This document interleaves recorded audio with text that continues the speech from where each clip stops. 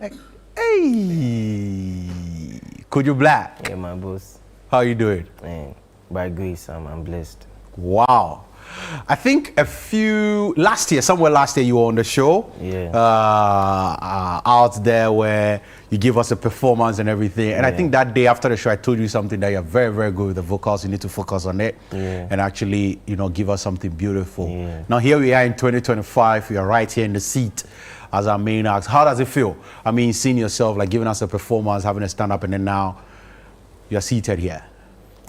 Every moment of my life feels a blessing. So I know that everything happens for my good. Yeah. That's nice. That's nice. Now let's talk about the Victon experience. Okay. Victon organized a challenge. You tried to be part of it, and they ended up in Nigeria. Can you tell us how did all of that happen? When you saw it, what actually pushed you to say, okay, I want to be part of this? So I was in the studio. Initially, I didn't have that vim to do it. To do it. The number of people, the likes of people that were doing it, yeah. They are huge personalities. About shake kakra. Yeah, about me shake kakra. So I was like, okay. When my boss was like, oh, Kojo, you could do this. And I was like, okay, let me give it a second thought. So I was in the studio now and offering me. And I was trying to do one or two. Then we posted a video, then it started going viral, like crazy. The Nigerian blogs and everybody started posting it. So it was like especially the Nigerian parts, like they were pushing it. They were pushing it. They were pushing the whole agenda, and Victon announced me as the winner. So when he announced me as the winner, like at that time, let me tell you this, I was going to get kinky. I was working like from studio to house. Go get some kinky. Yeah. Oh, you were working from the studio to the house? To the house. So you were getting the kinky? It wasn't far, but okay. My studio was at Bush Road, and my house was, at that time, it was around, is it Teshi Trible or okay. So I was working with my guys. We were going to get kinky, and I didn't have data. Okay. So he had posted me like an hour ago. So I was sending the money to the woman. Then I connected data from like my friend. Then I just saw Sako there, like the post of Victon, blah blah blah blah. A post you were tagged in. I saw people tagging in. I was like, damn, bro. What's going on here? What's going on? I sat in the middle of the road. I was like, Jesus, what's happening?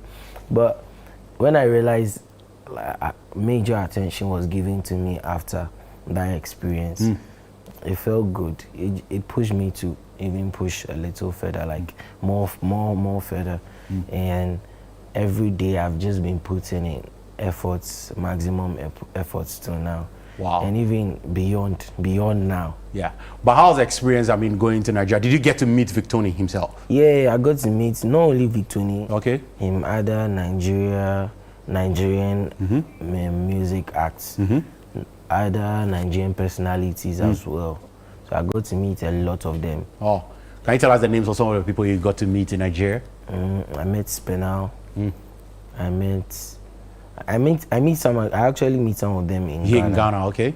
So I was supposed to meet Oxley there, but I made more friendship like with Oxley in Ghana. Ghana, okay. So you met Oxley in Ghana, actually. Yeah, I met Spinal, Ajebo Hustlers, Kim Perry. All of these people are my fans, so. Oh, wow. It was amazing. Magics. I met so many producers there. I meet almost all of them. Wow. Reward Beats. Yeah, Obo, Bremer Beats, Banger. Yeah. And I met so many of them. Ozedikos, I'm good friends with Ozedikos. I know Ghana. Yeah. There are so many of them. There are so much of them. But how does that make you feel now when you look at the back, like when you look back at that experience?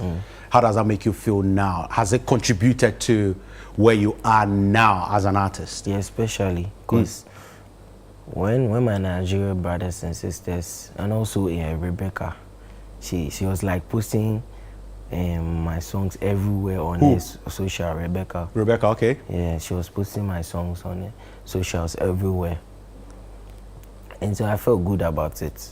I felt so well about it. And not only that, when I came to Ghana, the first day I came to Ghana, it was Big Mo's birthday. So I'm good friends with Dance God Lloyd. Dance God Lloyd, sure. So he was, Big Mo was like, I should come around. Then I met Dance God Lloyd. Sarkodie was also present. Oh, you got to meet Sarkodie as well. So I met him, and it was surprising that when I met him, your man already knew me. He was boasting of me too. That at that time, there was this Zlatan was present. He was like, bro, this guy is the next big thing from Ghana. He expect anything. He was just so happy to see me. So I just knew that, you're on the right path. I was on the right path, and the love is maximum from my home. So I need to put in more work home. Yeah. All right, now let's talk about Ruling. Ruling, one of your beautiful songs, and then also we talk about Abna, which is my favorite. Yeah, I love Abna so much. It is like, I feel like it is one of the songs that you are like, it catches you by surprise. Yeah, nostalgic. The nostalgic feeling and all of that. How was the writing process for Abna like, and also how was the writing process for Ruling? Okay, so with Ruling, let me start with Ruling, because Ruling was what I did first. I put out first as my single, and it was a freestyle.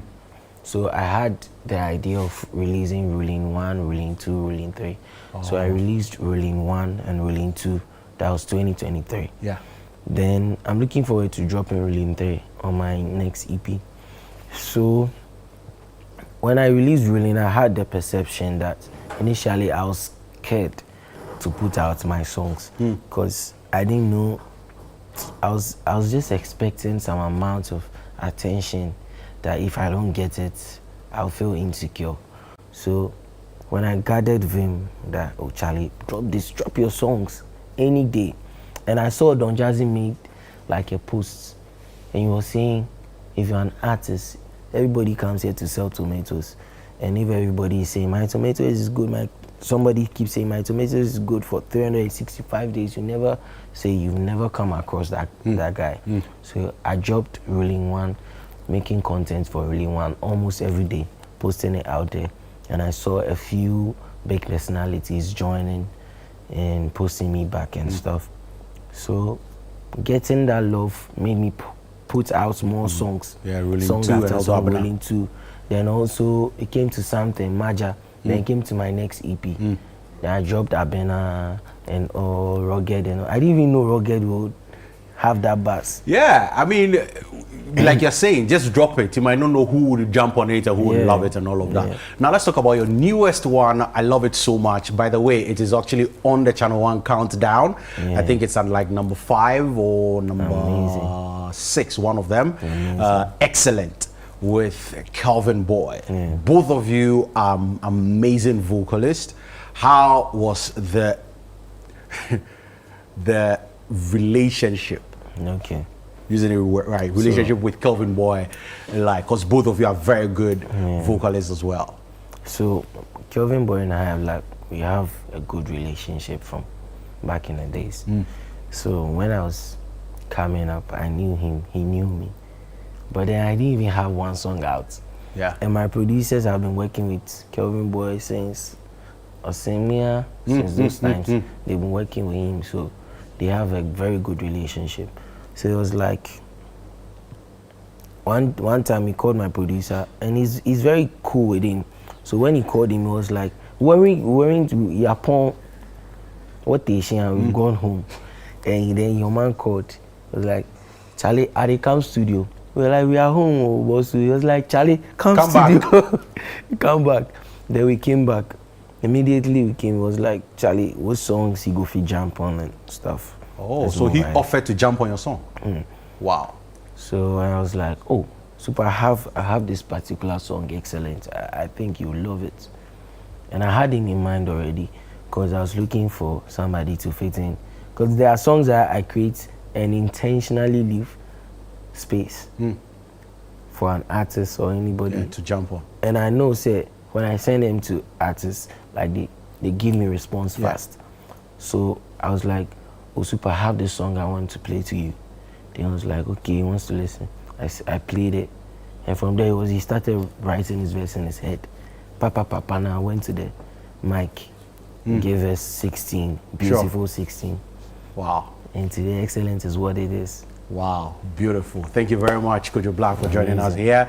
I mean, I really appreciate you coming here, and also I really love how you've actually joined and all that you've done to be able to move. I mean, is there a relationship between you and the Lomo Lomo song? Yeah. What was the relationship? So I have a very good relationship with Kitty, but initially it started off from my boss, my lawyer. Yeah. So he called and he was like, "Yo, bro, I feel you would do amazing work on Kitty's album." And shout out to Kitty's manager as well, Sniper.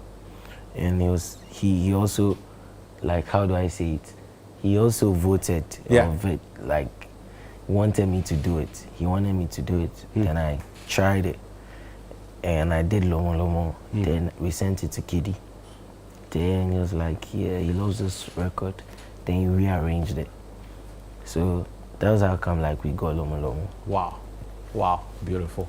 Thank you very much. You can follow him on all social media platforms. It's Kojo Blak, right? Yeah. Your Blak is B-L-A-K. Yeah. So K-O-J-O B-L-A-K. Follow him on all streaming platforms. He has a newest song out, Excellent, featuring Kelvin Boy. Beautiful song, banger. I love it. It's on the ChannelOne countdown. You know, once a song makes it to the ChannelOne countdown, that makes it all over the place.